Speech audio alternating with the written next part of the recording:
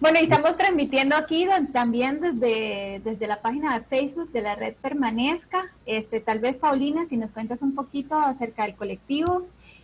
Bueno, Paulina es de las fundadoras de la Red Permanezca y bueno, coméntanos un poco. Bueno, como ya llevamos por lo menos unas 10 semanas o 12 o más semanas. Esta es otra actividad más de los jueves 7:07 de la noche de la red. Somos amantes, proponentes, promotores, motivadores y activos en la permacultura siendo un sistema de diseño ajustado a este planeta, sin necesidad de gastar 4 planetas más con nuestras maneras tan presuntuosas de vivir y se basa en éticas de cuido del planeta, cuido de la gente, cuido de la biodiversidad y reparto de la abundancia que tenemos y que muchas veces no la vemos, no la reconocemos y está por todo lado. Y la red, pues es un gusto ver que cada vez más personas se van interesando realmente y este tema de clima es central. De hecho, la permacultura lo tomó desde sus inicios en los años 80 como una de las razones centrales de por qué la permacultura es es muy importante promoverla y se basa en los documentos que se generaron en esa época de las previsiones en los años 70, 80, de que si seguíamos el nivel de consumo en ese momento, no íbamos a tener un futuro muy halagüeño o un futuro, ¿verdad? Entonces, basados en esos informes científicos que fueron de conocimiento mundial, eh, la permacultura empezó a tomar acción. Entonces, por lo menos para que vean que sí es algo muy serio, ¿verdad? Y del cual se ha empezado a desarrollar muchísimas actividades y enseñanzas para poder ajustarnos a esa realidad que viene y que ya está encima. Eso. Okay. Muchas gracias, Paulina. Bueno, yo tengo poco tiempo de haberme integrado, ya este es el tercer año que estoy cerca de este grupo de personas que realmente, por lo menos en mi caso, en lo personal, he recibido muchísima formación y sobre todo un espacio en el cual puedo tanto expresar mis inquietudes de, de este tipo, ¿verdad? Como compartir con personas que tienen los mismos intereses y estas mismas inquietudes y que, como decía yo en estos días, en un grupo que tenemos que todos deseamos, ¿verdad? Que un mundo mejor para todos, para todas y incluye todos los seres y todo lo que conocemos como planeta y como entorno. Y hoy nos acompaña en este tema de cambio climático y de cómo podemos tal vez comenzar a concebir algunas estrategias. Nos acompaña Adolfo Rojas, quien está ansioso de que algún día volvamos con los cursos de permacultura latica para hacer su curso de permacultura, pero ha estado muy cerca del tema de conservación, trabajando y estudiando en el CATIE y bueno, eso ahora le damos el paso a él para que nos comparta lo que nos trajo. Entonces, cualquier comentario o pregunta que tengan la pueden ir colocando en el chat o también pueden pedir y habilitar tal vez el micrófono para comentar algo. Adelante. Bueno, listo, voy a compartir la pantalla. Ok, Nicole, ¿se ve? Sí, yo la veo. Sí, ok. Yo la veo bien, no sé, los demás. Sí, sí se ve. Ok, gracias. Bien. Entonces, un poco por qué el tema y justificar un poco la idea, ¿verdad?, de presentar este tema. Digamos, el objetivo principal es realizar una práctica, ¿verdad?, para desarrollar capacidades en las personas, pero mediante la construcción de conocimiento, digamos, por un enfoque participativo, para construir medidas de adaptación locales, que tal vez es uno de los elementos claves, que sea local, según los posibles escenarios climáticos en Costa Rica, y de esa manera poder contribuir a reducir la vulnerabilidad ante el cambio climático. Entonces, como justificación, la proyección de cambios, digamos, para Costa Rica, eso es como, digamos, un poco de lo que vamos a ver. Justificación, proyección de los cambios en Costa Rica, un poco de conceptos básicos, la estrategia nacional, básicamente muy conceptual, ¿verdad? Todo. Y luego entrar para hacer una evaluación de vulnerabilidad con un ejercicio que vamos a compartir con ustedes. Y luego finalmente el diseño de medidas de adaptación. Entonces, una de las científicas, digamos, Nadine Marshall, dice que entender la vulnerabilidad es un importante paso para minimizar los impactos futuros por los eventos extremos en los sistemas ecológicos y sociales. O sea, no solamente en la parte ecológica, sino que finalmente en la parte social se van a ver todavía aumentados. Luego también se menciona que Costa Rica prevé muchos cambios, o tal vez los mayores cambios en el clima, y varios estudios señalan que las regiones de América Central y el Sur son las principales tendencias de escenarios climáticos. Van a ser las siguientes: van a haber para el 2100 se prevé, si continuamos con las mismas medidas de consumo, el mismo crecimiento de población, va a subir 3 grados Celsius la temperatura atmosférica del planeta. También se dice que va a haber una disminución progresiva en la precipitación media anual, hasta aproximadamente, digamos, un 10% de esa precipitación de la que se registra actualmente. Y también un incremento de eventos meteorológicos extremos, como huracanes, tormentas tropicales, y también la variación de la intensidad y la frecuencia. Entonces, por lo tanto, bajo estos escenarios, nos parece que es bastante importante desde ya y empezar a crear medidas de adaptación. Entonces, quisiera saber, digamos, si quieren compartirlos, si ustedes han notado cambios en el clima en el lugar donde viven, y si les parece extraño que se hable de que el clima cambie, ¿verdad? No sé, si alguien quiere compartir, si ha notado esos cambios o no.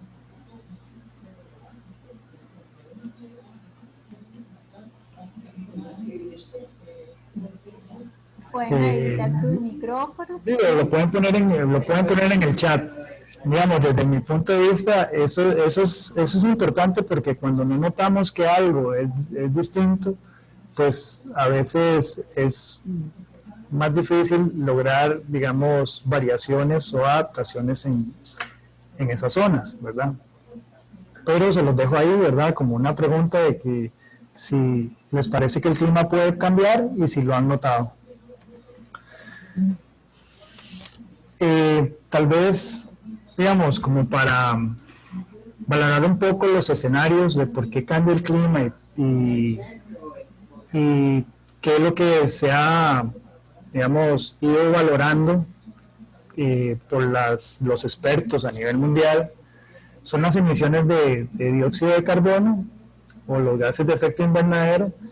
Y en esa gráfica lo que quisiera mostrarles es, por ejemplo, los valores extremos. digamos, en la línea, digamos, horizontal, lo que está es los años, y luego el otro lado son la producción o la emisión de dióxido de carbono.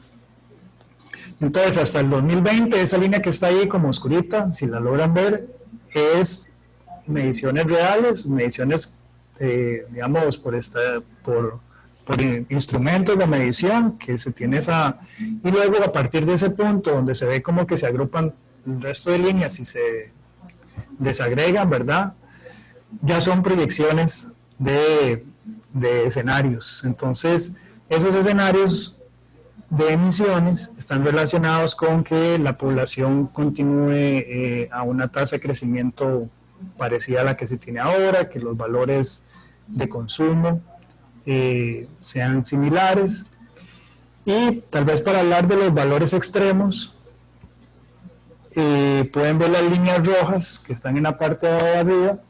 La línea punteada tiene lo que representa es el modelo, digamos, de emisiones, el modelo anterior, por decirlo así, que se tenía de emisiones, y ahora para estos tiempos ya se actualizó, y esa es la línea continua. Entonces es un poco más severo. Ese es el escenario más catastrófico, por decirlo así, como decir que se sigue consumiendo lo mismo que se consume hoy en día, que ninguna de las medidas de acuerdos internacionales se tomen en cuenta, ¿verdad? Entonces eso sería el crecimiento de esas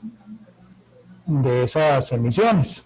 Y abajo, en las líneas como azules, es el cambio en donde se cambian todas esas de una forma drástica, en el sentido de que se adoptan todas las medidas que están propuestas ahora, actualmente, para mitigar lo que es la emisión de dióxido de carbono. Alfo, se ve siempre los controles de tu pantalla, los controles de Zoom, arriba. ¿Cuál? No sé si es que tienes el mouse ahí. Ajá. Esos No controles sé. se ven. Ok, la puedes. ¿Cómo hago para quitarlo? No sé. Creo que se ocultan solos, me parece, o le puedes dar clic ahí. ¿A dónde? Arriba. Creo que donde podés está el arrastrarlos. more. Eso. Eso.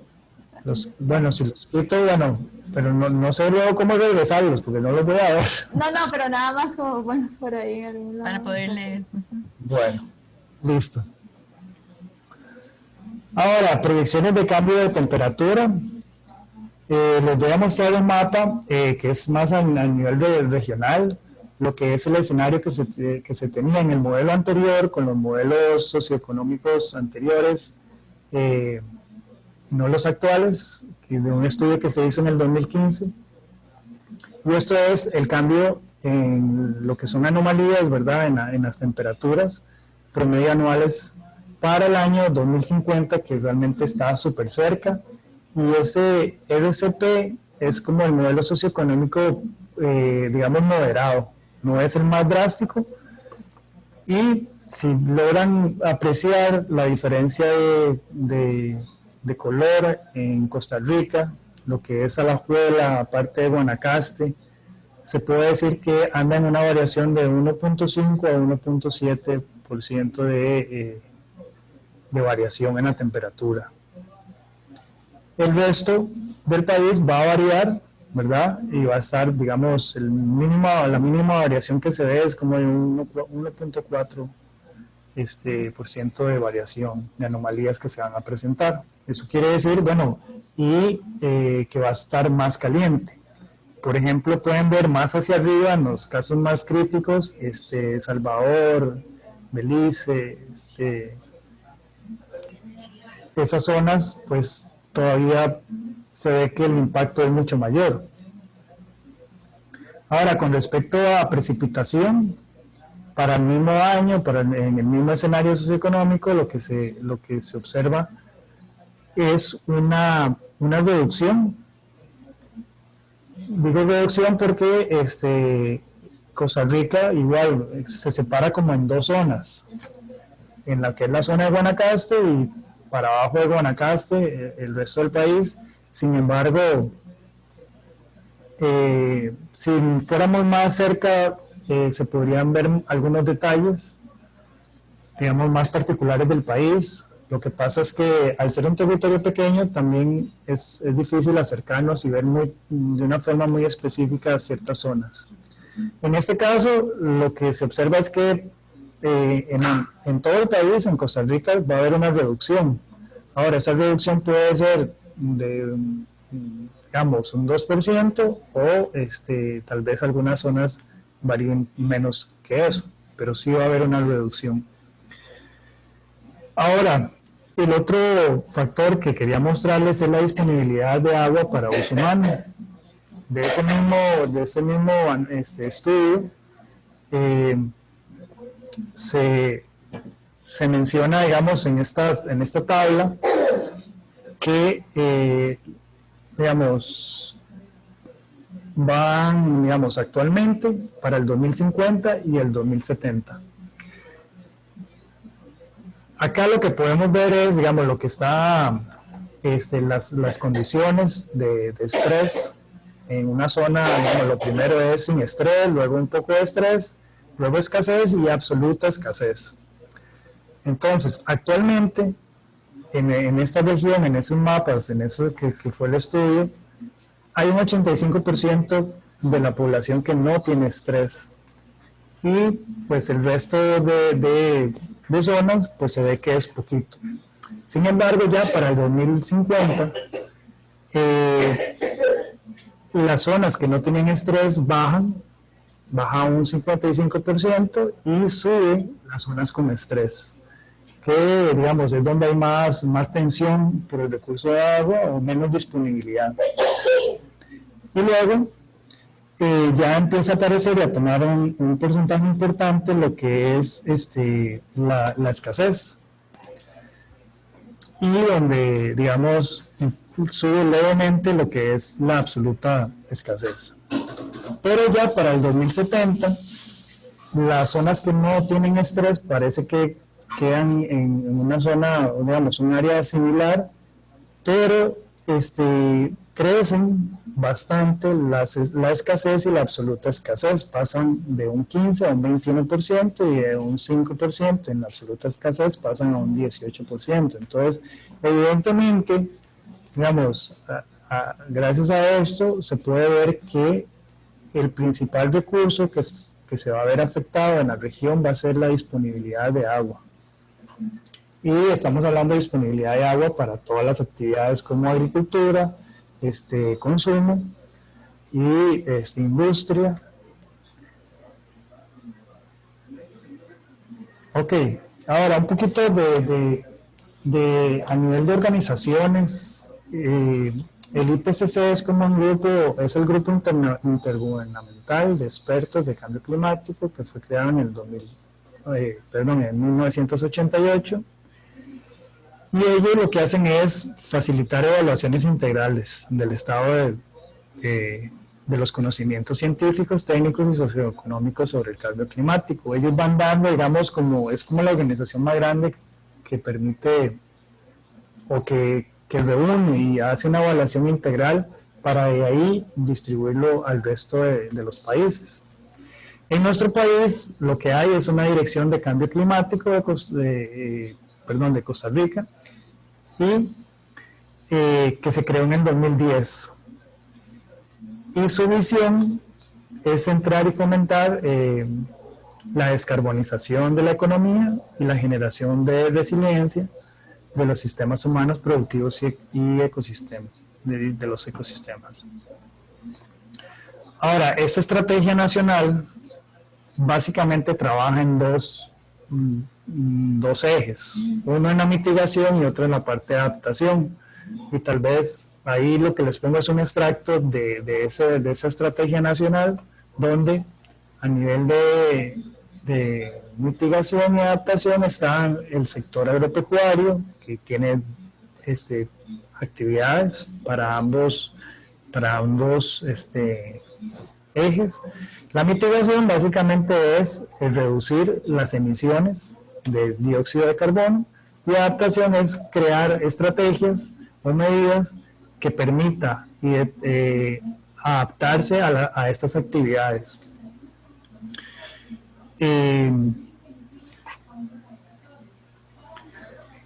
Como definición de cambio climático, de acuerdo al IPCC, es la variación del estado del clima, que se va evaluando mediante pruebas estadísticas en las variaciones del valor medio o en la variabilidad de sus propiedades, que persiste durante largos periodos de tiempo. Luego, esos cambios en el clima se pueden dar por procesos naturales como internos o forzamientos externos. Un ejemplo podrían ser modulaciones de los ciclos solares, erupciones volcánicas, y luego cambios que son de origen por el ser humano persisten, digamos, y que persisten sobre la composición, digamos, en la atmósfera o en el uso de suelo. Ahí, o tal vez volviéndose un toquecito en esa, digamos, los que son internos naturales son la parte de las erupciones, las modulaciones, y los forzamientos externos vendría siendo todo lo que es de la actividad humana.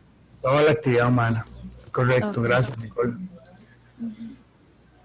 Entonces, bueno, uno de los fenómenos que están muy relacionados con lo que es el cambio de clima es el efecto invernadero y luego el calentamiento global, pero el efecto invernadero, imagino, o sea, es lo que mantiene, digamos, hace que de forma natural la Tierra mantenga una temperatura en que permita la vida. O sea, es un fenómeno que es, mientras esté equilibrado, balanceado, facilita y permite una vida bastante de buena calidad. Sin embargo, debido a toda la actividad humana y los hábitos de consumo, pues los gases aumentan, los gases de efecto invernadero, y eso hace que, como se puede ver al lado derecho, esa temperatura aumente porque hay menos liberación de energía hacia el espacio, ¿verdad? Algo que quisiera comentarles es que, como pueden ver ahí, el Sol es digamos, la primera fuente de energía, y la energía la recibe el planeta, pero, por decirlo así, de una manera simplificada, recibe la parte terrestre y la parte de agua. Es bastante interesante, digamos, verlo. Hay un fenómeno que es la inercia térmica. Si dijéramos, bueno, ¿qué se calienta primero, la tierra o el agua? ¿Y qué se enfría primero, la tierra o el agua? Entonces, no sé, si alguien quisiera aventurarse como a decirnos si se calienta, puede ser por el chat.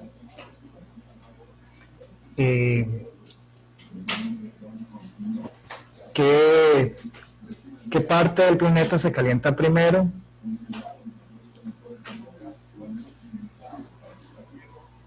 Y bueno, yo lo he visto. Dice que la Tierra. Sí, correcto. La Tierra. Y Alejandro dice se calienta la Tierra y se enfría más rápido la Tierra. Sí, correcto. Muy bien. Exactamente. Entonces, realmente no sé por qué le llamamos planeta Tierra, si no deberíamos llamarle planeta agua o una cosa así, porque la masa de agua es bastante abundante. Y en este caso, en relación al clima, tiene un papel principal. Al calentarse primero el agua, en la tierra, y tener esa, digamos, flexibilidad de enfriarse y calentarse rápidamente, pues no hay tanta incidencia en el clima. Sin embargo, la masa de agua es tan grande y tiene una inercia térmica que hace que tome más tiempo y capture más energía, pero así como lo vemos, es como un cuerpo negro. Hay poca, digamos, absorbe mucha energía del sol, y eso hace que pues vaya albergando y almacenando. Entonces se vuelve como un almacenamiento, un almacén de energía. Y eso pues afecta corrientes marinas y serie de elementos, y hay algo que ocurre muy interesante, que es que al calentarse el agua, lo hemos visto tal vez cuando hervimos la leche o calentamos el agua en la cocina, es que hay un aumento en el volumen del agua. O sea, no sé si han visto la leche cuando sube, bueno, sube por diferentes razones, pero siempre hay una expansión de ese volumen al calentarse. Entonces, esa es la principal razón de por qué sube el nivel del mar en las costas, básicamente por la expansión térmica, porque también hay un aporte por el derretimiento de los polos, pero la principal razón es la expansión térmica que sufre el agua al calentarse.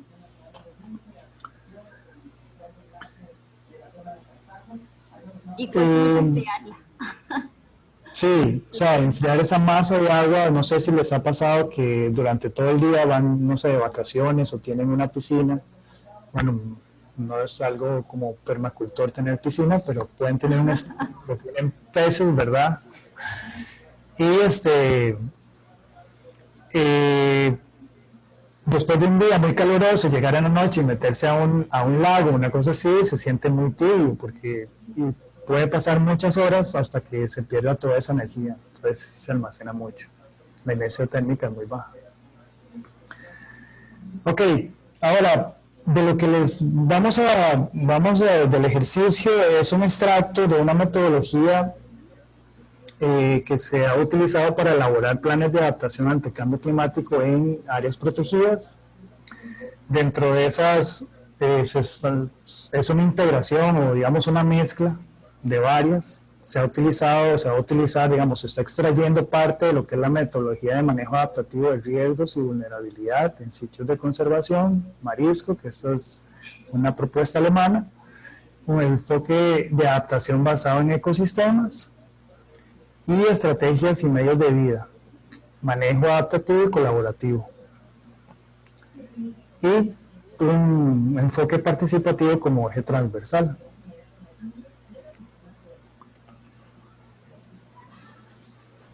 Ok, la definición de vulnerabilidad o la ecuación que define vulnerabilidad que da el IPCC es que la vulnerabilidad es igual al impacto menos la capacidad adaptativa. Ok, entonces eso lo vamos a usar y lo vamos a ampliar un poquito para con este digamos modelo conceptual, que es en la parte de arriba pueden ver que está el sistema ecológico y abajo el sistema socioeconómico, y están relacionados, o su punto de convergencia es la vulnerabilidad ecológica. Ahora, el impacto es el efecto sobre los sistemas naturales o ecológicos humanos, y el grado o la forma en que ese impacto se valora es de acuerdo a la exposición y la sensibilidad. La exposición es un factor externo, como si Nicole y yo nos fuéramos a la playa y nos asoleáramos, tenemos la misma exposición, y luego la sensibilidad es un factor interno. Sin embargo, la sensibilidad que tiene Nicole con respecto al sol es diferente a la que tengo yo con respecto al sol. Entonces, esa mezcla o esa combinación de esos dos elementos va a determinar qué impacto, qué tan quemados vamos a quedar uno del otro del sol. Sin embargo, hay posibilidades para adaptarnos a esa exposición al sol, que es lo que está a la par, que es la capacidad adaptativa. Si Nicole se pone bloqueador, y se pone una camisa de manga larga y sombrero, está teniendo, y mientras que yo me quedo sin camisa en el mar, básicamente yo tengo menos capacidad adaptativa, no estoy preocupándome por eso porque estoy confiando tal vez en mi capacidad interior, de resistencia de la piel, pero Nicole se protegió más. Entonces, al final, la vulnerabilidad que se tuvo, que tuvimos, es distinta, pero Nicole tuvo una mayor capacidad de adaptación. Luego, que es justamente eso, la adaptación es el ajuste, el proceso de ajuste al clima real o proyectado y sus efectos. En los sistemas humanos, la adaptación se trata de moderar o evitar daños, como sería en ese caso el sombrero, la camisa de manga larga y esas cosas, para aprovechar, evitar los daños y aprovechar las oportunidades beneficiosas que puede haber del sol, que pueden ser la vitamina D y todos esos elementos y recreación. Ahora, en el sistema socioeconómico maneja el mismo concepto, solamente que cambia que ahora su punto de convergencia es que, dependiendo de la vulnerabilidad del sistema ecológico donde se habita y de la dependencia que se tengan de los recursos de ese lugar, se va a tener un impacto. Pero también ese sistema tiene una capacidad de adaptación y finalmente va a determinar qué tan vulnerable es un sistema económico o una comunidad o mi finca con respecto a la vulnerabilidad por el clima. Muy bien, entonces la actividad grupal que vamos a dar inicio es identificar, hacer una identificación del territorio, conocerlo. En este caso les vamos a proveer un territorio pues no tan ficticio porque está basado en paisajes muy característicos de Costa Rica y que probablemente nos podamos identificar con uno de ellos. Luego vamos a definir elementos focales que son los elementos más importantes de ese paisaje, que pueden ser naturales o también pueden ser sociales, ¿verdad? Con el fin de poder dirigir las acciones hacia esos elementos. Luego vamos a identificar los medios de vida y eso es básicamente de qué vive la gente que está en ese lugar. Luego se van a reconocer los recursos, con qué es lo que cuentan esas personas ahí. Y luego se van a identificar los efectos sobre esos elementos de acuerdo a los estímulos climáticos, básicamente respondiendo qué pasaría si sube la temperatura, qué pasaría si llueve más, básicamente. Evaluar el grado de impacto, que ya eso lo vamos a hacer con unas escalas que se les va a facilitar, tanto en los elementos naturales como en los elementos sociales. Luego se va a evaluar el grado de vulnerabilidad, que usando la ecuación que teníamos anteriormente, nos vamos a dar cuenta qué grado de vulnerabilidad tiene un elemento u otro. Y luego, finalmente, vamos a construir una medida para poder adaptar ese elemento. Entonces, este es el paisaje que les proponemos. Aquí se pueden observar 3 sistemas o 3 paisajes. Uno es el bosque tropical, donde se pueden ver algunos árboles, también algunas especies. El que encuentre el mono se puede brincar el ejercicio. También está el sistema de agua dulce, que es básicamente un río o canal, también con sus zonas donde están las personas y algunas actividades comerciales. Y el sistema de la playa. Entonces, básicamente con estos paisajes, vamos a hacer unos grupos y se les va a brindar o se les va a preguntar sobre esas cosas. Bueno, esto ya lo vimos un poco, que es un elemento natural. Ejemplos de eso es un bosque, un río, una playa, un humedal, lagunas. Pueden también ser especies como animales emblemáticos del lugar. Y el sistema ecológico, como acá, es básicamente el grupo de esos elementos que estén ahí reunidos. Los elementos sociales está la salud, la infraestructura, el agua potable, agricultura, transporte. Y luego el sistema socioeconómico es el grupo de eso. Los medios de vida, como lo vimos, es de lo que vive la gente. Y los recursos o capitales, que también se le llama, es tal vez como son recursos, el principal recurso que podemos disponer o hacer, tomar mano es el del ser humano, la parte cultural, la parte social, lo político, la infraestructura que haya en el lugar.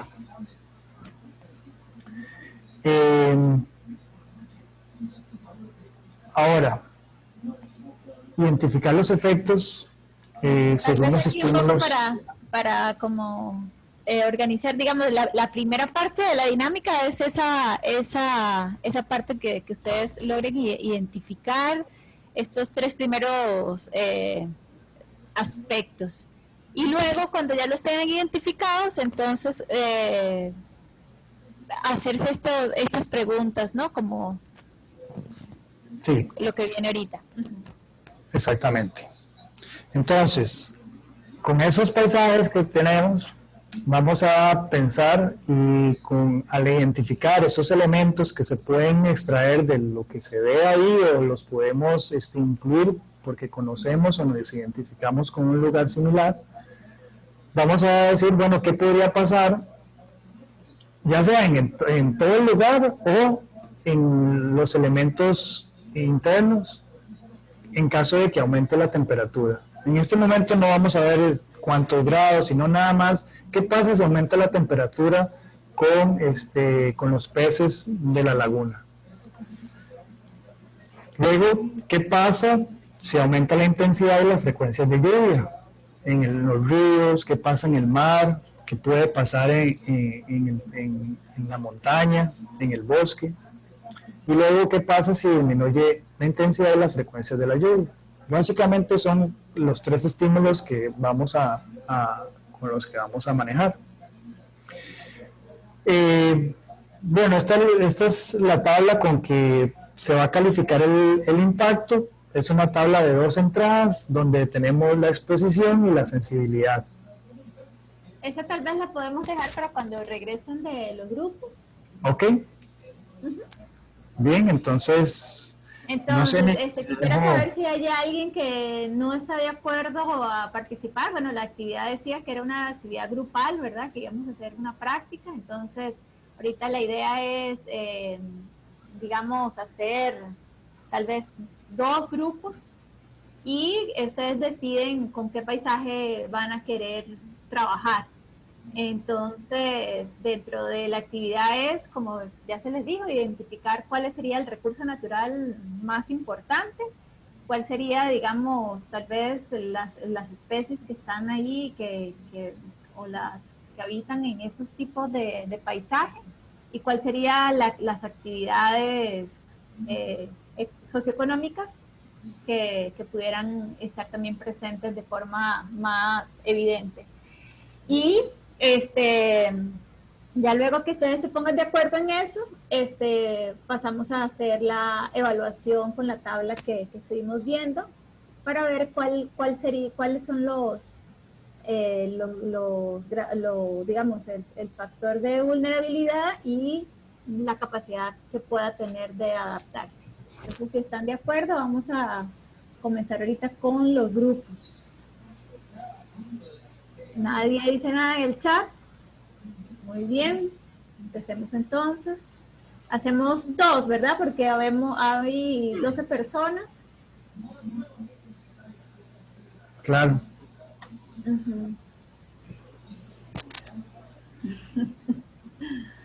Vamos a ver. O como hay 3 paisajes, también pudieran ser 3. 3 grupos. Bueno. ¿Sí? Sí. ¿Todo bien? Ok.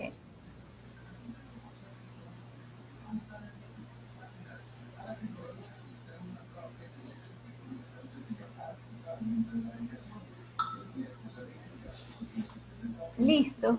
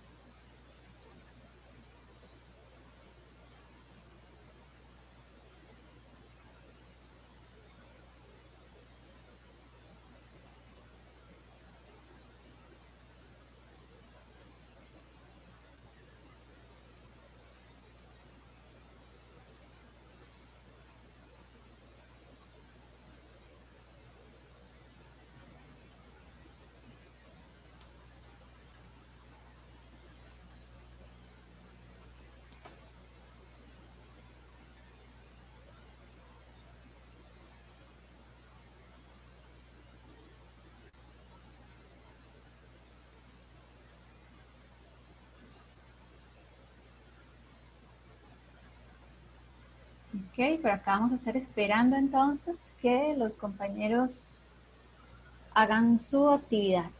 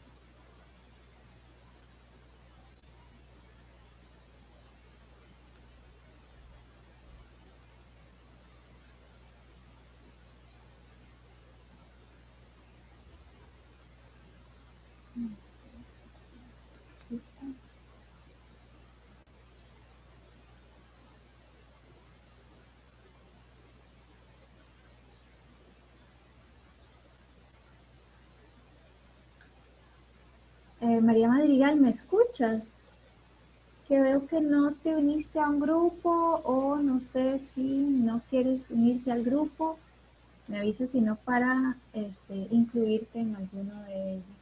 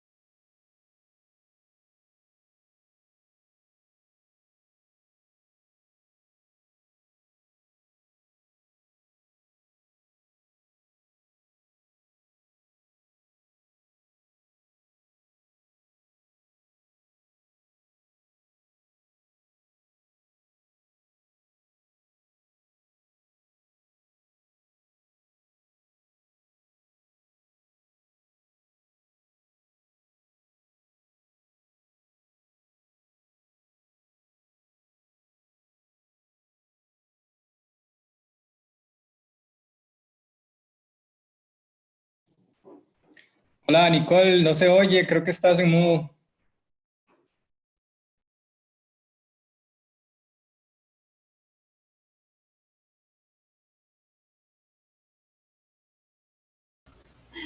Muchas gracias. Estábamos viendo acá, estaba comentándoles a las personas que están en el en vivo, en el Facebook, que la actividad digamos, se basa en tomando algún segmento de este territorio o este paisaje, identificar entonces cuál sería una actividad socioeconómica que prevalezca en los tres sistemas que están allí. Está el sistema del bosque tropical húmedo, el sistema de agua dulce, el sistema de playas, y encontrar también en esos sistemas los elementos o elementos focales que se llaman en cuanto a la parte de los recursos, digamos, socioeconómicos que pueden haber en esa zona, los recursos naturales disponibles y los elementos del ecosistema. Y aplicar entonces la pregunta, ¿qué pasaría si? ¿Qué pasaría si sube la temperatura? ¿Qué pasaría si aumentan las lluvias? ¿Y qué pasaría si disminuyen las lluvias? Y creo que estamos listos para volver de la sala. Entonces voy a dejar de compartir esto.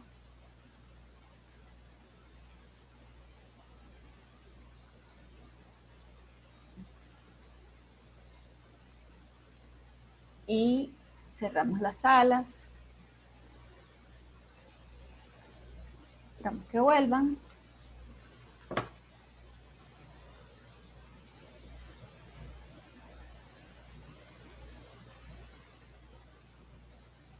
Ya están retornando.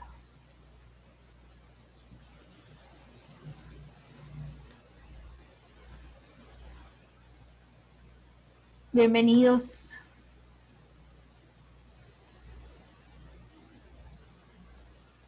Adolfo, estás con el micrófono silenciado. Perdón, Alejandro, no leí cuando preguntaste. Sí, no, es que nada más le iba a preguntar porque usted es de Turri, ¿es? Sí, sí, correcto. Ah, ok, ahí luego hablamos, es que yo también. ¿Tú también eres de la zona? Ah, buenísimo. En la parada de buses se han visto. Ratri, sí. Fijo, es un lugar muy común, las paradas de los buses, conocerse en las paradas de los buses. Todo el mundo se conoce, entonces. Ah, sí. Ok, ya todos están de vuelta. Ahí los estoy extrañando. Ok, entonces ahora podemos participar a micrófono abierto. Adolfo nos va a terminar de compartir entonces cuál es la matriz para la evaluación. Tal vez si se ponen de acuerdo una participante del grupo, creo que la gente tiene una tendencia a escoger un paisaje, porque me parece que trabajaron con el mismo, pero veamos cómo pueden ser diferentes Claro. ¿sí? Cómo se aproxima cada uno. Entonces no sé si del grupo de Elena y Silvia e Indira, ¿quién quiere hacer su participación? Como tal vez que nos comenten, nosotros, digamos, en el grupo donde yo estaba, se escogió el bosque tropical, como el paisaje. No sé, el otro grupo, ¿cuál paisaje escogió? Silvia no puede usar el micrófono, no sé si Elena o Indira quieren apoyar ahí a Silvia.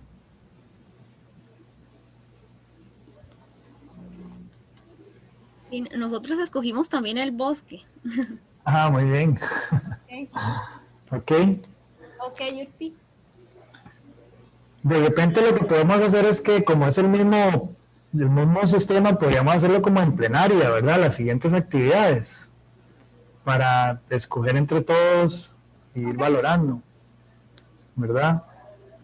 Entonces, no sé si nos quieren comentar qué elementos escogieron o qué conversaron un poco. Sí, bueno, con respecto al bosque tropical, resgatamos como la importancia del agua, también la zona de recarga, la captación del CO2, también de que ahí existen o viven muchas especies como los anfibios, aves, mamíferos, y con la identificación de las actividades como principales de la zona que podrían suceder ahí. Está muy relacionado al turismo, ¿verdad? Que creo que es algo muy común en Costa Rica. También, bueno, no sé si contesto las preguntas estas de qué pasaría. ¿Sí? Ah, claro. Ok, bueno, entonces nos enfocamos un poco más como en los anfibios. Entonces, Sí. con respecto a la pregunta de qué pasaría si la temperatura aumenta, pues puede ser como que se extinga, como el caso del sapo dorado, ¿verdad? O también que va bajando la nubosidad, entonces van buscando otras zonas, y bueno, todo como que se va desequilibrando también. Y si no hay, por ejemplo, anfibios, entonces no habrían estos controladores de plagas y podría ser eso un problema. Y también que nos comentaba la compañera, no me acuerdo, de Monteverde, que también se está reduciendo mucho las epífitas. Entonces, por lo general, ahí es donde ponen los anfibios, ¿verdad? Los huevitos. Y pues todo va como muy relacionado. Entonces, se afectaría por esa parte. También de qué pasaría si aumenta la intensidad y frecuencia de lluvias. Bueno, podrían haber como estos derrumbes también en las casas, y en realidad que se desborden los ríos, eh, mucha, mucho aumento también de la materia orgánica en los ríos, y pues no se da como esa reintegración de nuevo de su estado natural, y sí disminuye la intensidad y frecuencia de lluvias. Bueno, afectaría un montón al turismo, también que habría menos agua para los árboles y el ecosistema como tal, y también que no se podría recargar de nuevo como los mantos acuíferos, ¿verdad? Entonces sí se sigue explotando, pero a la vez no está siendo compensado. Y bueno, esas son como algunas de las cosas que discutimos. No sé si quieren Ok, ampliar las demás compañeras. muchas gracias. No sé si algunos de los que estaban conmigo quisieran compartir las ideas que conversamos o si yo hice algunas anotaciones y más bien les describo lo que anoté. Y si quieren aportar algo, en eso estaría genial, no sé. Y no Dale, sé, dale, es que tenés no vos lo la noté, síntesis. entonces mejor. Ok, digamos, en nuestro caso se escogió el bosque como un elemento de importancia, el suelo y también la agricultura. Se escogieron tres, bueno, se dijeron más, ¿verdad? Pero se mencionaron esos que fueron como elementos que se pudieron observar del paisaje. Eh, Se evaluó un poco, digamos, con respecto, bueno, un poco no, con respecto al cambio en la temperatura. Si sube la temperatura, se dijo que en el bosque pues podía ocurrir un cambio en la zona de vida y que se iba a dar una migración de especies, que es bastante similar y que con lo que mencionaba el grupo anterior. Con respecto al suelo, al aumentar la temperatura se habló de alguna erosión, de que podía ocurrir erosión y también de reducción de microorganismos. Y con respecto a la agricultura, pues aparición o ampliación de vectores, plagas, virus y problemas en la parte de productividad, nos comentaba don Guido. En el caso del bosque, si aumentara la lluvia, pues se identificó que iba a aumentar la escorrentía. Y si disminuía la lluvia en el bosque, pues iba a haber menor crecimiento, menor aparición de frutos y que eso pues tenía un impacto en todos los, especies que ahí están, incluso en la productividad del bosque. Ujú. Básicamente eso fue. Ahora, en la siguiente parte la idea es valorar alguno de esos efectos, es escoger alguno de esos efectos y que ustedes, digamos, con esta escala, por ejemplo, vamos a ver, voy a compartir la pantalla. Perdón, no falta un grupo, no eran 3. Ajá. No, al final se hicieron 2. Ah, ya. ok. Sí, hubo gente que no. Que no fue al otro grupo.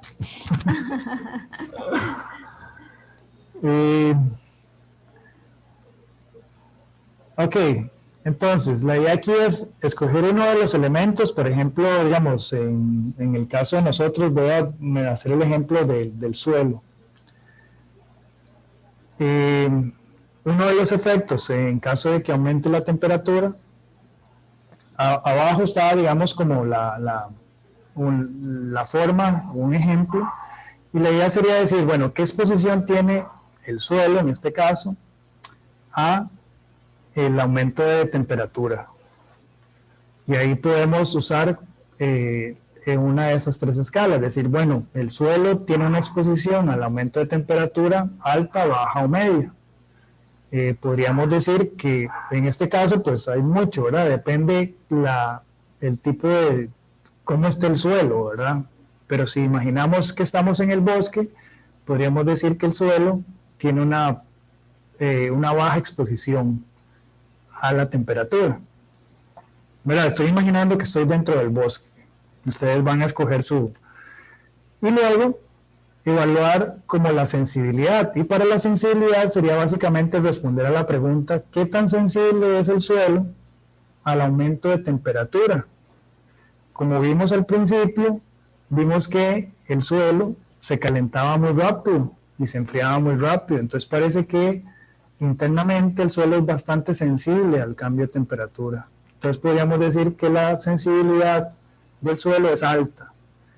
A una baja exposición podemos decir que el impacto es alto, eso pensando que hay un bosque, pero si no fuera, si ese suelo estuviera desnudo, podemos decir que la exposición es alta y entonces el impacto sería alto.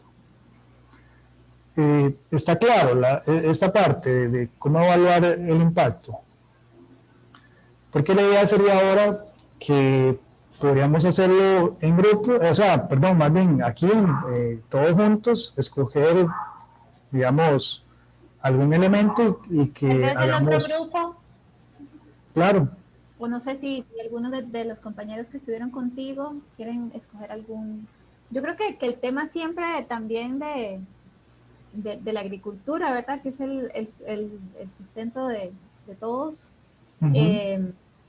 También pudiera ser un buen ejercicio. No sé si están de acuerdo. Y también las compañeras tenían casos como a una especie que ya habían escogido, ¿verdad?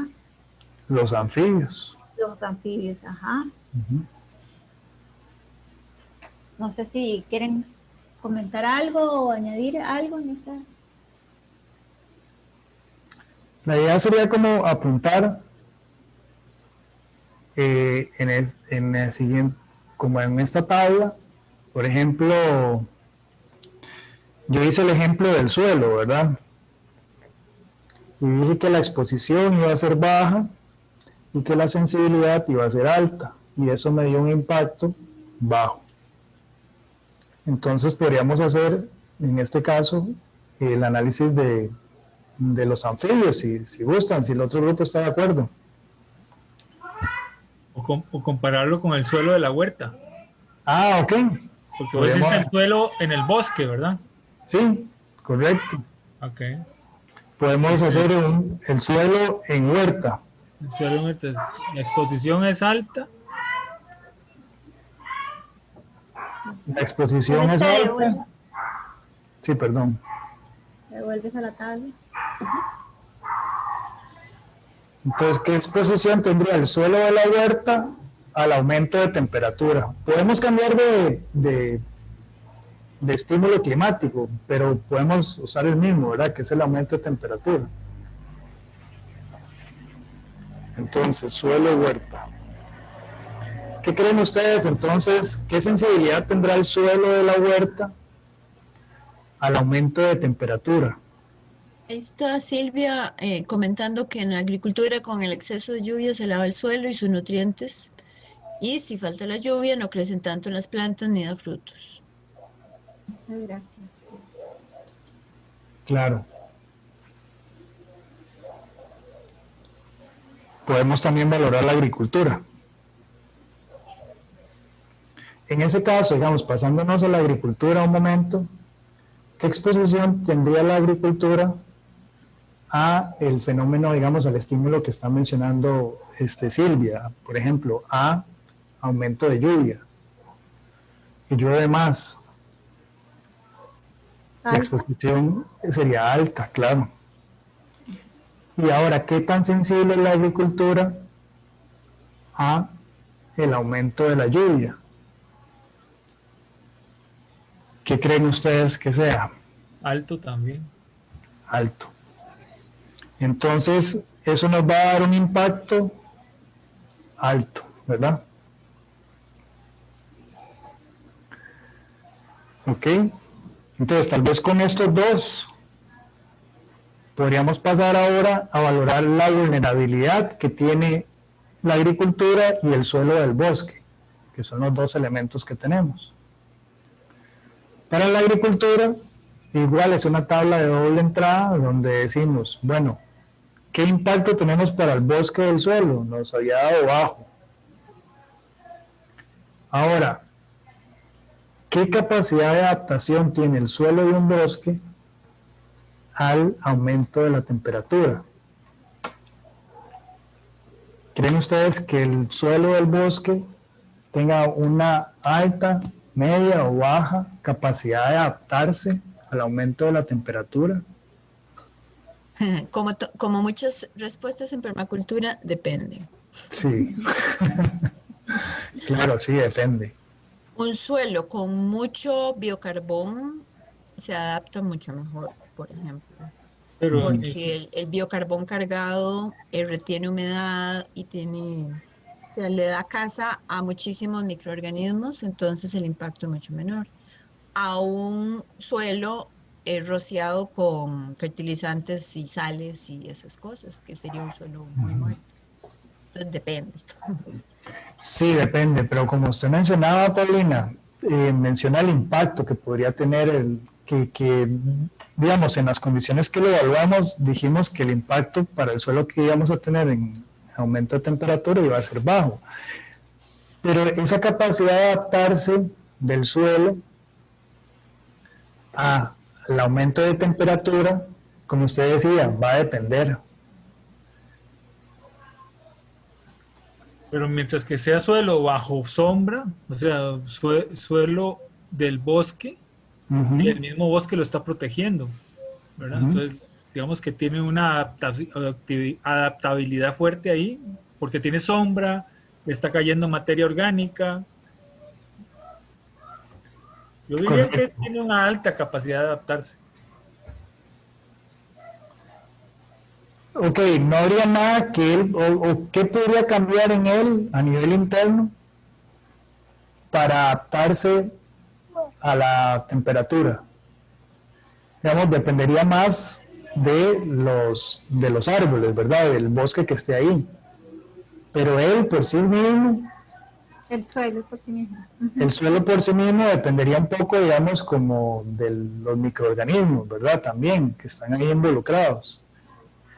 Pero en este caso, al ser el suelo del bosque, como decía don Guido,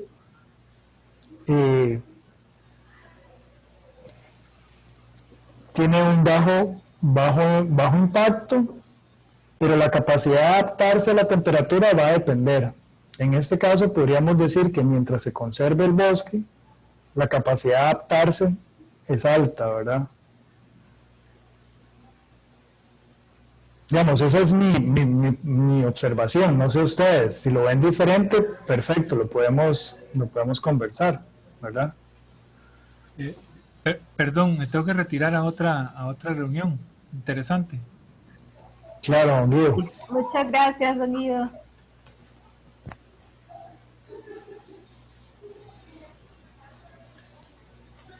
Entonces, vamos a hacer el supuesto de que mientras el bosque se mantenga, la capacidad de adaptación de ese suelo va a ser alta. Ahora, podríamos hacerlo, ahora hagamos la agricultura. Habíamos quedado que la agricultura tenía un impacto alto al cambio de, perdón, en el agua, al aumento de las lluvias. ¿Qué pasa ahora? ¿Qué capacidad de adaptación tiene la agricultura ante las lluvias torrenciales o muy intensas y muy frecuentes? ¿Qué capacidad de adaptación tiene la agricultura? ¿Qué consideran ustedes?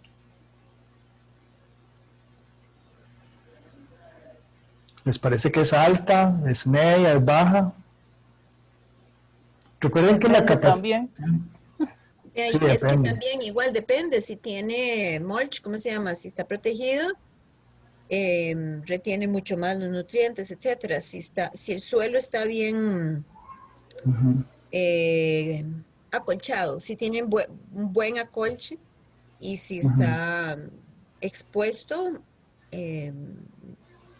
salpica y todos los nutrientes se van. Sí, la capacidad adaptativa, recuerden que es un elemento interno, es como algo propio, como les comentaba en el ejemplo con Nicole y yo en la playa, es, digamos, es las estrategias que usó Nicole, por ejemplo, para protegerse del sol, colocarse una camisa manga larga, son cosas más propias, ¿verdad? En este caso, de la agricultura, pues quienes podrían hacer eso, podría ser una forma de verlo, es la tecnología de esa agricultura, como mencionaba Paulina, o sea, dependiendo de algunos elementos, pero eso lo pueden aportar el tipo de agricultura, por ejemplo, que se esté dando. Sí, porque por ejemplo el tomate, así ya está, el tomate es muy sensible, con mucha lluvia, un temporal, como dicen los campesinos, se echa a esparrer, se echa a perder, ¿verdad? Claro. Los frijoles también, cuando ya están para cosechar, se vino la lluvia y son un día, 2 días ya se nacieron y se perdió toda la cosecha. Claro. Entonces pienso que dependiendo del tipo de cultivo. Digamos. Pero también del sistema. Por ejemplo, en suelo en el cual se ha usado mucho el barbecho y no se da vuelta, ¿cómo se llama? No se rota el suelo. Y digamos en sistemas de lasaña, o sea, en los sistemas más parecidos al bosque en general, donde las capas van subiendo, hay mucho menos impacto de todas las, digamos, los desórdenes en los hongos o en insectos, etcétera. Si hay estratos, los pájaros vienen y también están, digamos, al ojo vigilando los insectos, entonces se comen las langostillas o se comen. O sea, hay muchas, o sea, entre más bosque, sea bosque comestible, hay mucho más posibilidad, el suelo, la condición del suelo es mucho mejor. Entonces, lo que tal vez quiero señalar es que sí, el elemento externo del ser humano, pero también si el ser humano no se mete, el bosque le va mejor. Perdón, el bosque comestible le va mejor. O sea, si uno se va 6 meses y regresa, siembra algo en julio y regresa en diciembre, y ya lo he hecho, ahí hay comida, ahí hay cositas, hay un montón de cosas que están ahí. Ahora, si ¿cuántas? Entonces depende de la técnica. Sí. Claro, ¿cuántas estrategias, digamos, tiene la permacultura para proteger, digamos, la huerta por aumento de lluvia? ¿Qué podrían decir ustedes, digamos, desde la permacultura para proteger sus huertas en caso de que vaya a aumentar la lluvia?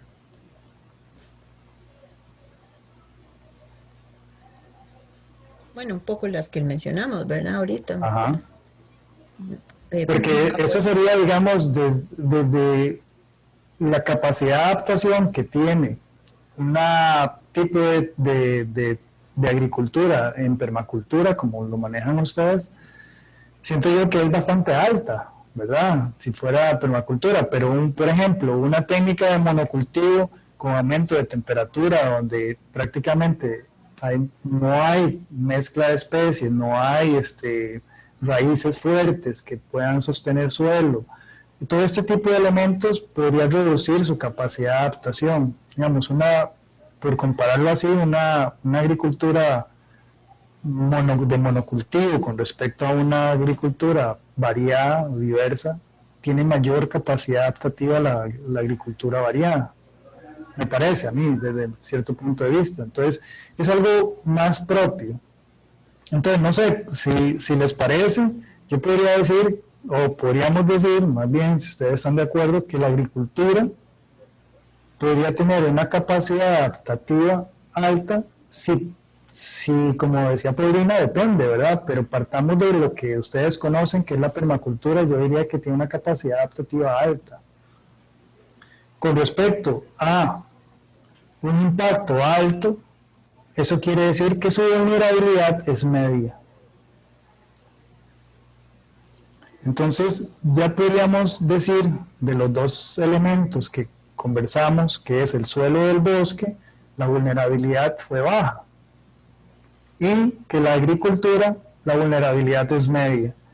Entonces ahora, finalmente, sería construir una estrategia, una medida para adaptar la agricultura, si está en un estado medio o en una vulnerabilidad media, ¿cómo hacer para que esa vulnerabilidad se reduzca, pase abajo?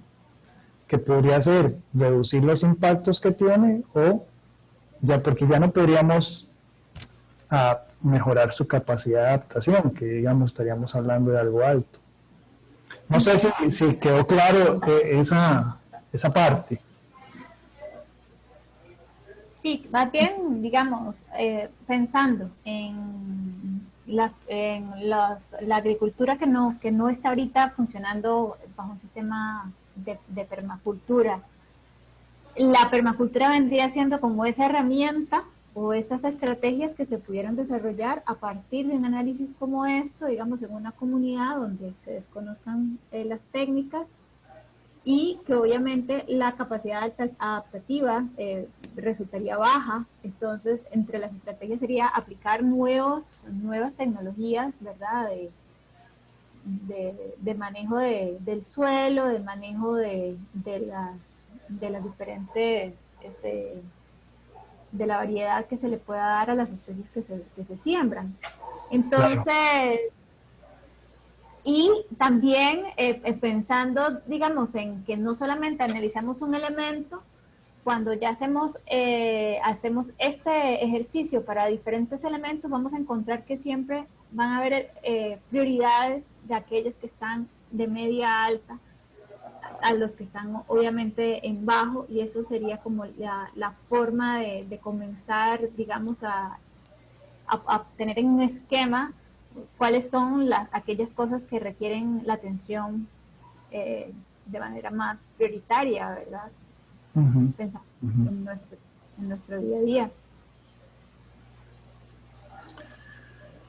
Ok, entonces, finalmente, bueno, no sé, yo tenía un video que me gustaría presentarles, pero sí, creo que ya estamos cortos de tiempo.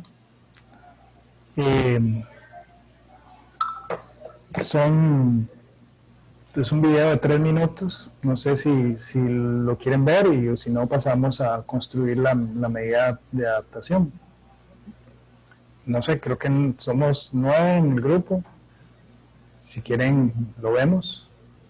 Sí, es pequeñito, ok.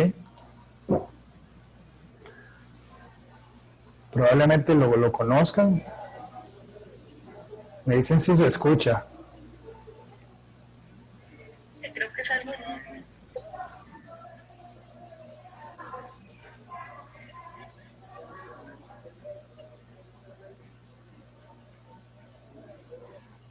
No se escucha. ¿No se escucha? Yo no escucho. Pero sí se lee, ¿no? Ah, bueno. Ahí escuchan. Sí, pero creo que bajito, tal vez aumentarle un poco el volumen. Inició un proyecto que se llama Casa Madre Mora. Definitivamente desde el momento en que comenzamos a trabajar estaba muy claro que nuestro interés era hacer un trabajo que nos conectara con la naturaleza. conectarnos con la naturaleza significaba sentarnos a escuchar. ¿Se mejoró o no? Hay que subirlo un poquito más, se oye muy poco. Ok, Yo voy creo a... que hay una opción para compartir audio, pero no sé cómo es. Sí, arriba en opciones. Aquí está. Ahora sí. Voy a devolverlo un momentito, nada más para... Aquí. Ahora sí. Sí, en nuestra finca Longomay, desde hace 6 años, la Fundación Voz Propia, la cual dirijo, inició un proyecto que se llama Casa Madre Monte. Definitivamente, desde el momento en que comenzamos a trabajar, estaba muy claro que nuestro interés era hacer un trabajo que nos conectara con la naturaleza. Conectarnos con la naturaleza significaba sentarnos a escuchar lo que ella nos dice. Casa Madre Monte es eso, es como una casa madre. Y a las casas madres son casas con grandes aleros a donde mucha gente se arrima para escampar un poquito, ¿no? Entonces allí iniciamos principalmente el proyecto de teatro con niñas y niños, luego continuamos con la huerta, con el jardín comestible, después iniciamos el proceso con la cosmética Madre Monte. También llevamos a cabo durante varios años festivales poéticos que han terminado convirtiéndose en el Festival Madre Monte. Como digo yo, es que las mujeres nos hemos antecedido hace tiempo al discurso del cambio climático. Ya desde hace tiempo estábamos trabajando en esa línea, en una conexión con la Madre Tierra, tratando realmente de establecer un contacto amoroso, espiritual y profundo con la gran maestra, digamos, que es la naturaleza a la cual pertenecemos. De tal forma que la cosmética toda está realizada con plantas orgánicas, estamos destilando productos locales, desde el cacao, las plantas aromáticas para hacer los aceites para el jabón, etc. Ecología, soberanía alimentaria, de la mano con la selva, que es realmente el lenguaje del futuro. No hay otro.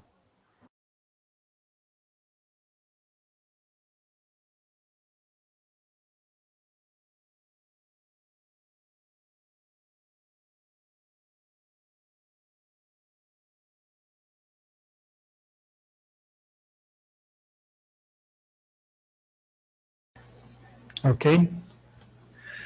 Bueno, muy interesante, ¿verdad? Lo que ya plantean Guadalupe Urbina son algunas de las estrategias de adaptación, pero desde un lugar local,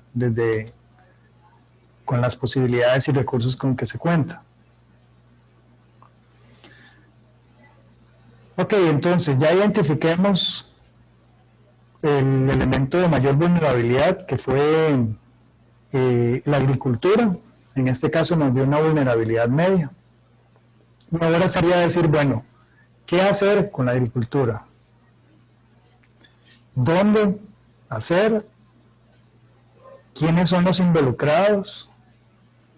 ¿Con qué contamos y qué hay que superar? ¿Y cómo iniciar?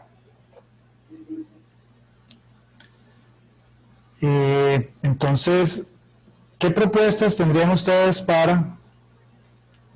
qué ideas tendrían ustedes para poder crear una medida que mejore la vulnerabilidad, que reduzca la vulnerabilidad, en este caso, de la agricultura?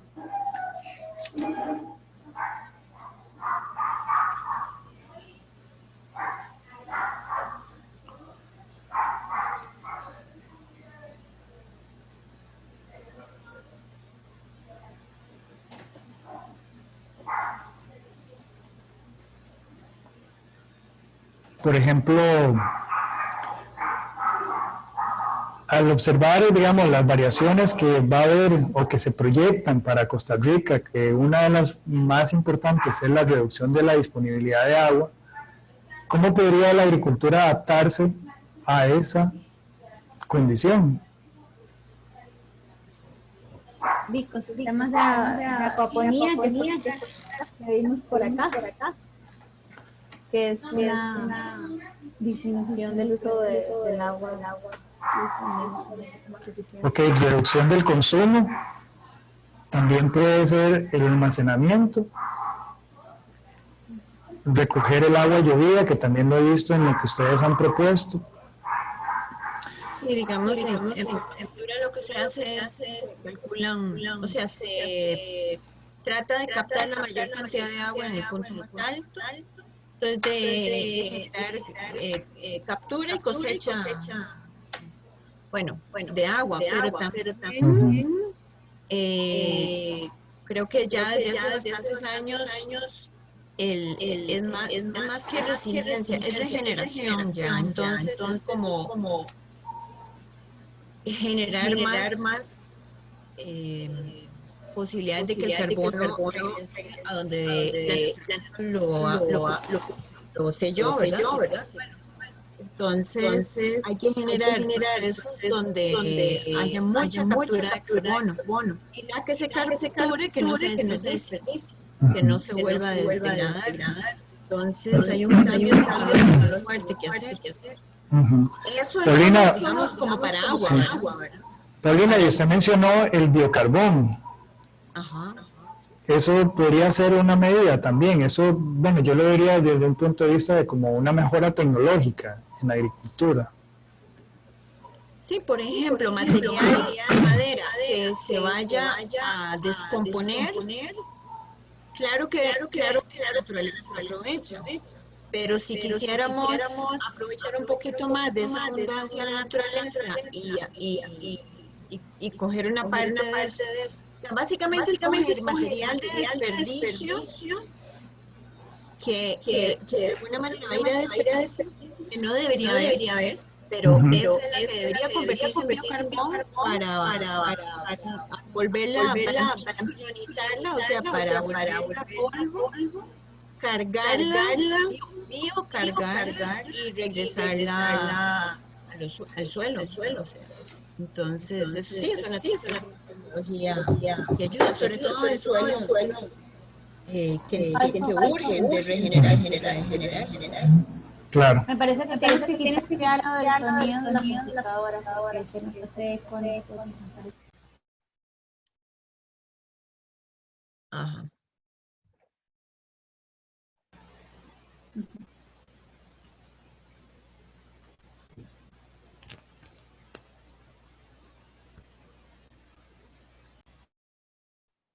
Quedaste en silenciado. Tú.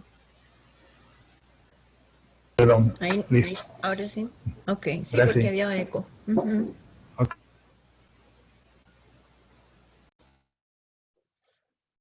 Otra vez está silenciado. Y además hay algo aquí como un chat en la pantalla. Ya. Ajá. Voy a ponerlo aquí. Otra vez. Ya. Perdonen. Me pongo un poco nervioso. Ok. Ahora, como involucrados, porque la idea es construir la medida con todos estos elementos, como veíamos, la estrategia nacional tiene aspectos o tiene ejes en la parte de mitigación y en la parte de adaptación. Eso quiere decir que también hay un presupuesto nacional destinado para ese tipo de actividades que pueden estar siendo dirigidos hacia las asadas o hacia asociaciones de desarrollo u otro tipo de asociaciones. Entonces también es una forma de que el país está brindando recursos que se pueden aprovechar con planes que se pueden elaborar desde el colectivo, donde van a ser, digamos, a tener mayor impacto o mayor incidencia política para poder captar esos fondos. Y eso podrían ser estrategias de formas de elaborar un pequeño plan, un plan local, donde se le dice a alguna asociación de desarrollo, miren, como grupo de permacultores o como grupo de agricultores de esta zona, tenemos un plan para poder adaptarnos a los cambios que van a venir o para poder mitigar. Y eso podría tener, digamos, un financiamiento desde esos grupos. ¿Cómo iniciar? Pues tal vez ustedes ya tienen bastante en ese sentido caminado con el tema de la organización. Todas estas medidas que se pueden ir construyendo y que pueden venir o vienen más bien de una forma participativa de los que están involucrados, pueden iniciar con esa parte de organización. Cuando la organización ya está, se vuelve un poco más sencillo toda la dirección o todo el enfoque y empuje de las medidas. Muy bien, entonces no sé si tienen alguna duda, alguna consulta, si no, más bien disculpen que nos demoramos más del tiempo que se tenía establecido. Sí. Tal vez yo quisiera comentar que estuve conversando con Paulina también, que hay, digamos, si bien ahorita dimos una mirada general acerca de sobre todo la parte conceptual, ¿verdad? Que a veces nos ha ayudado a orientarnos dentro de cómo iniciar o cómo organizarse, cuáles son, digamos, ese marco en el cual estamos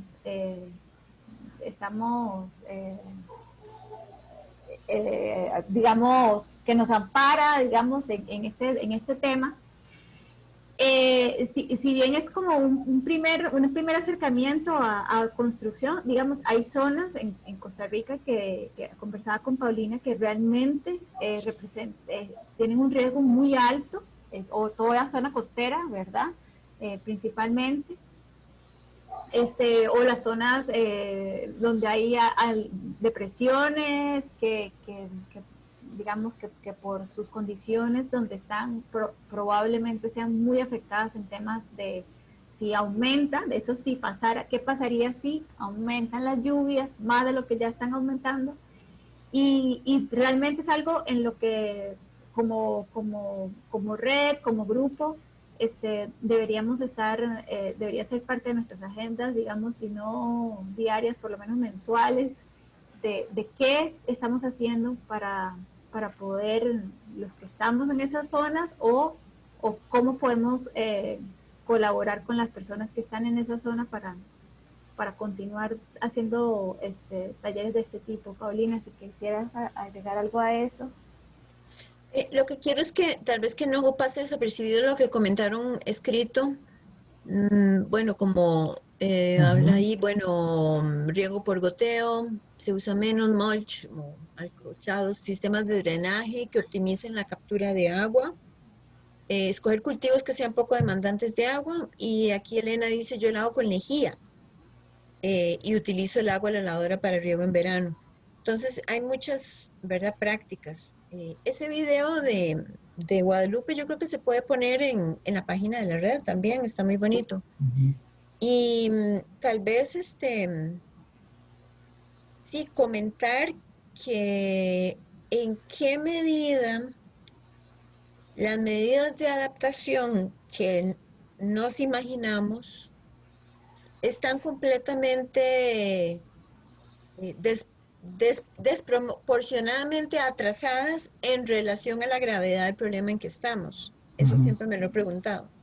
O sea, si yo estoy a nivel del mar y digo, bueno, voy a hacer mi casa más fuerte, pero si estoy a un nivel en el cual el aumento viene, o sea, las medidas realmente deben ser mucho, mucho más drásticas. Y como la ciencia se está tratando, no se está tratando, se ha venido silenciando que no diga las verdades, entonces la vulnerabilidad mayor es el desconocimiento y el miedo al cambio también, ¿verdad? El miedo de aceptar los cambios que tenemos que hacer son mucho más grandes que lo que imaginamos. La otra vulnerabilidad es esperar que otros tienen que hacer algo por nosotros, y muchas veces las mismas políticas lo promueven. Entonces, bueno, hay que hacer una semilla mejorada para el cambio climático. Bueno, eso es parte del problema, ¿verdad? No es una semilla mejorada tecnológicamente, ¿verdad? O sea, hay todo un discurso también de que la adaptación se puede hacer dentro de lo que ya hemos venido haciendo, y ya sabemos que no es real. Entonces, un poco, yo creo que una de las mayores, como acabo de decir, vulnerabilidades es nuestro desconocimiento no, es como nuestro...